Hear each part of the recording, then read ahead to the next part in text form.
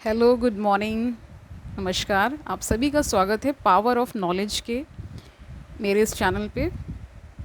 I hope सब अपनी studies में लगे होंगे, कुछ ना कुछ ज्ञान अर्जन कर रहे होंगे और अपने जीवन को बेहतर बना रहे होंगे। इस चैनल का मूल मूल उद्देश्य ही यही है कि आपको एम्पावर करना। किसके थ्रू? नॉलेज के थ्रू। तो आज हम बेसिकली बहुत ही सरल शब्दों में जानेंगे कि फंडामेंटल राइट्स क्या हैं। फंडामेंटल राइट्स क्यों विभिन्न देशों ने अपनाए, क्यों ये इतने ज़रूरी हैं, क्या इनका नेचर है और क्या ये कोर्ट्स में इन्फोर्सेबल हैं। तो हम आज ये जानेंगे और एक कोई हम फंडामेंटल राइट को थोड़ा सा ब्रीफली डिस्कस भी करेंगे। तो हमारा जब संविधान बन रहा था, यानी जब कॉन्स्टिट्यूशनल असेंबली बैठी, तो उसने पार्ट 3 में इनको डाला।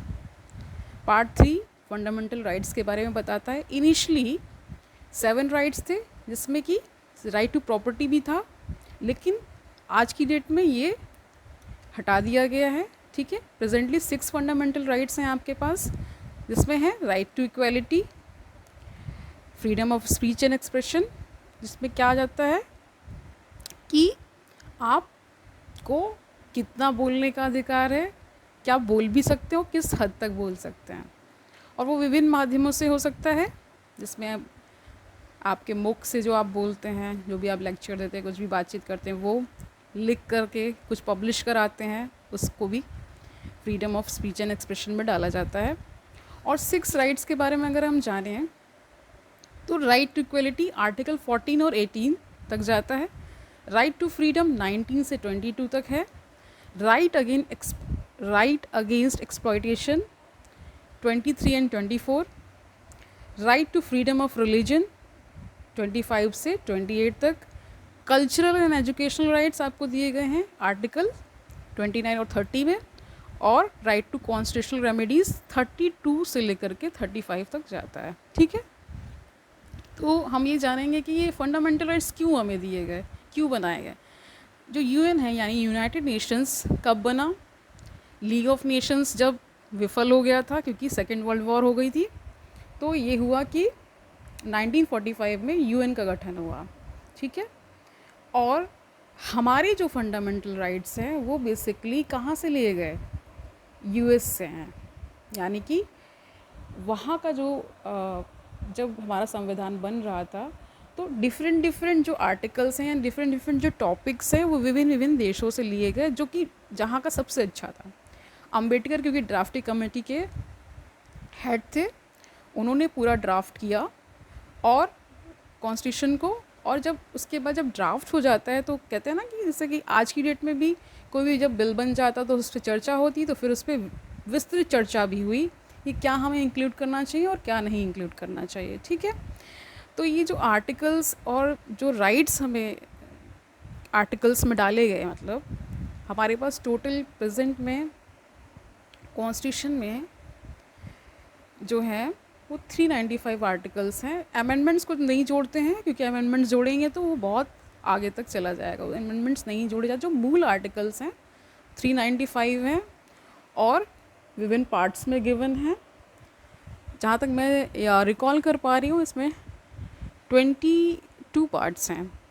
और इसमें जो भी इतना, क्योंकि हमारा कॉन्स्टिट्यूशन बहुत लेंदी है और मतलब ये रिटन फॉर्म में है, एक कॉपी तो लखनऊ यूनिवर्सिटी में ही अवेलेबल है, ऐसा आप लोग जानते होंगे। तो थोड़ा सा हम इसका थोड़ा सा ब्रीफ जान लेते हैं। आज हम राइट टू इक्वलिटी को लेते हैं।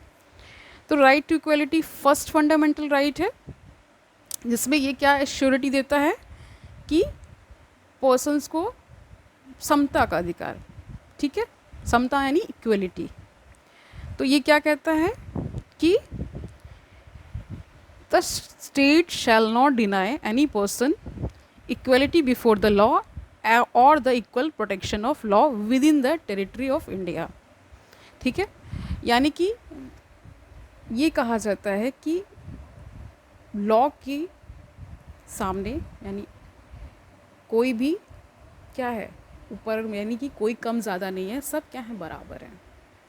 अगर ये अधिकार ना मिल पाया होता, यानी इक्वलिटी का अधिकार ना मिल पाया होता, तो जो डाउन सेक्शन है हमारा सोसाइटी का, फिर वो कैसे प्रोग्रेस करता है।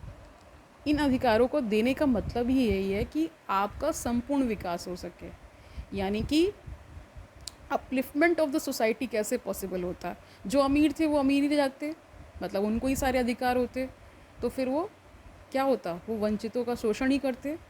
आज की डेट में भी ये इतना इतना डिबेटेबल टॉपिक क्यों है राइट टू इक्वलिटी, क्योंकि इसमें क्या है, कुछ एक्सेप्शंस भी गिवन होते हैं।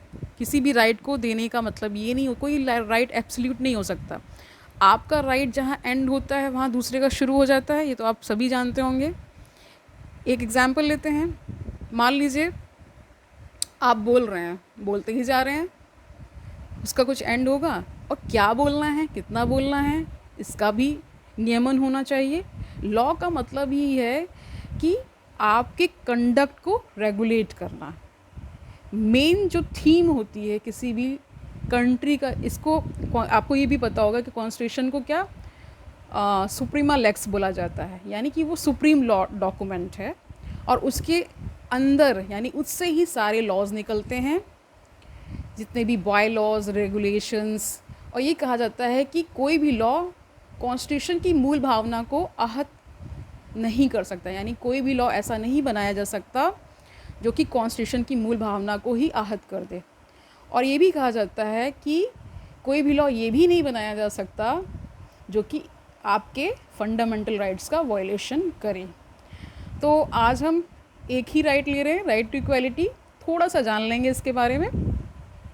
तो राइट टू इक्वलिटी क्या कहता है कि एक तो कहता है कि इक्वलिटी बिफोर द लॉ, यानी कि लॉ की नज़रों में सब क्या हैं, बराबर हैं, और इक्वल प्रोटेक्शन ऑफ लॉ, यानी कि कोई भी आए, स्त्री पुरुष किसी भी जेंडर का हो, उसको इक्वल प्रोटेक्शन, अगर स्टेट उसमें कंपीटेंट अथॉरिटी है तो स्टेट करेगा, अगर सेंटर कंपीटेंट अथॉरिटी है तो सेंटर करवाएगा।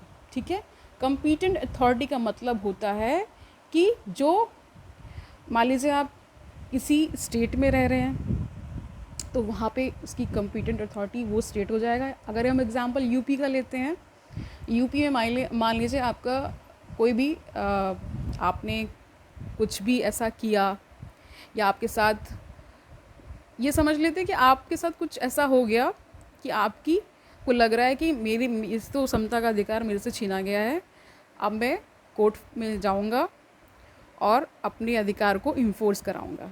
तो इसी स्टेट की ही ड्यूटी बन जाती है कि आपको आपके राइट को रिस्टोर करवाए। ठीक है, और ये इक्वलिटी बिफोर जो लॉ है वो प्रोहिबिट्स डिस्क्रिमिनेशन। डिस्क्रिमिनेशन किस बेसिस पे हो सकता है, आपकी कास्ट के बेसिस पे हो सकता है, डोमिसाइल के बेसिस पे हो सकता है, रिलीजन के बेसिस पे हो सकता है, क्रीड के, रेस के। ठीक है, ये सारे उसमें हैं डिस्क्रिमिनेशन, कि आप पर्टिकुलर सेक्शन ऑफ सोसाइटी से आते हैं तो उसके बेसिस पे अगर डिस्क्रिमिनेशन हो रहा है तो स्टेट की ये जिम्मेदारी बनती है कि वो आपके राइट का प्रोटेक्शन करेगा। ठीक है, बहुत सारे इश्यूज़ में आते हैं कि फ़ीमेल को कई बार रिजर्वेशन का इसमें इशू आता है, बच्चों को स्पेशल राइट्स दिए गए हैं।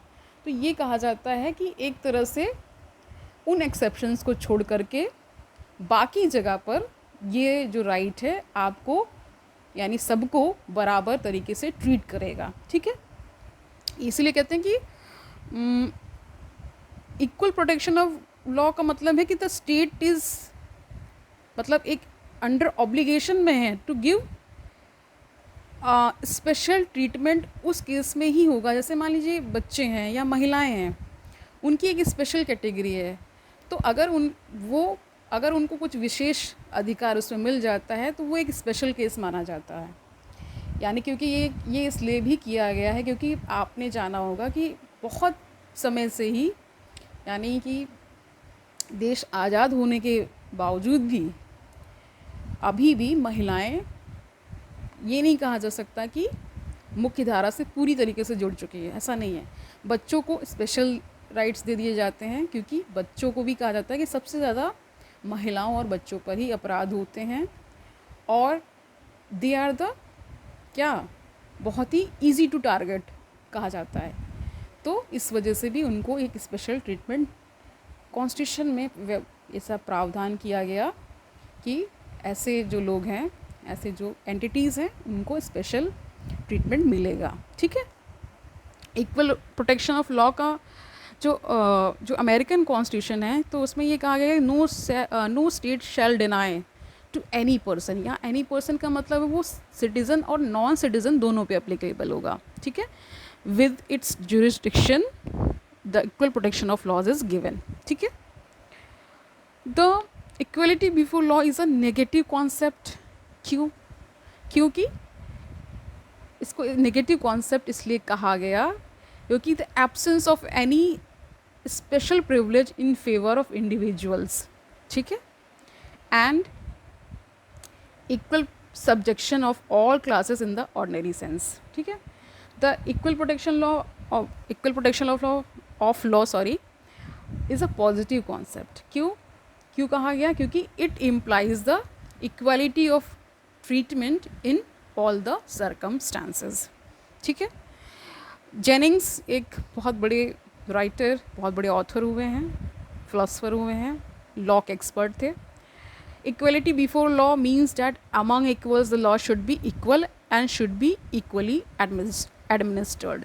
इसका मतलब ये हो जाता है कि जैसे मान लीजिए कि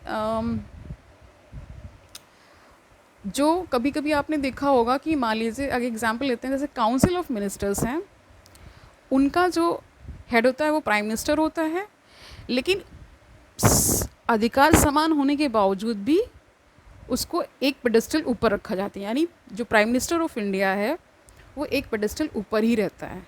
ठीक है। इसका मतलब ये है कि इक्वलिटी तो है, बट कहीं ना कहीं कुछ स्पेशल उसको ट्रीटमेंट मिलता है प्राइम मिनिस्टर ऑफ इंडिया को। यानी आप ये जान ही रहे होंगे कि प्राइम मिनिस्टर की पोजीशन और अदर काउंसिल ऑफ मिनिस्टर या कैबिनेट मिनिस्टर की जो पोजीशनिंग होती है वो डिफरेंट हो जाती है।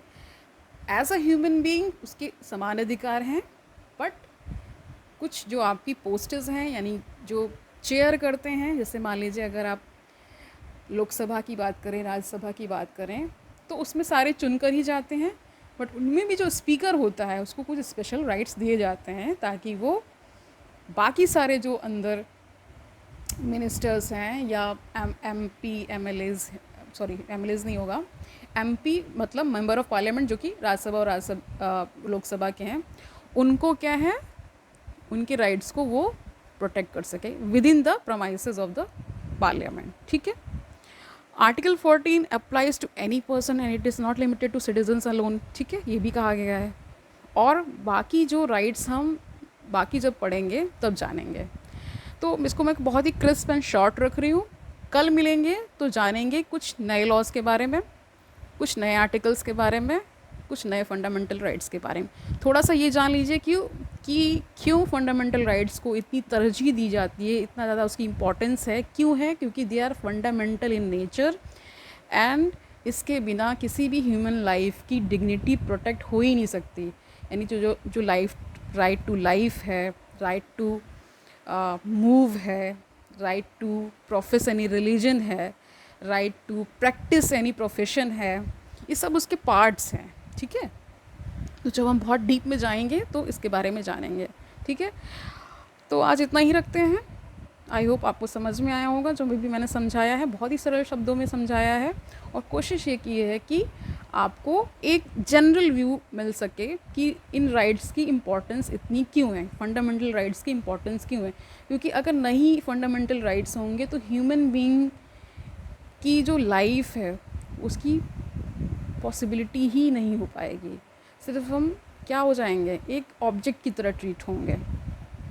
हम अभी क्या है, लाइफ हम में क्या है, एक तो ये हमारी फिज़िकल बॉडी है, एक हमारी मेंटल बॉडी है। तो अगर ये नहीं होगा तो सब क्या होगा, एनार्की डेवलप हो जाएगी।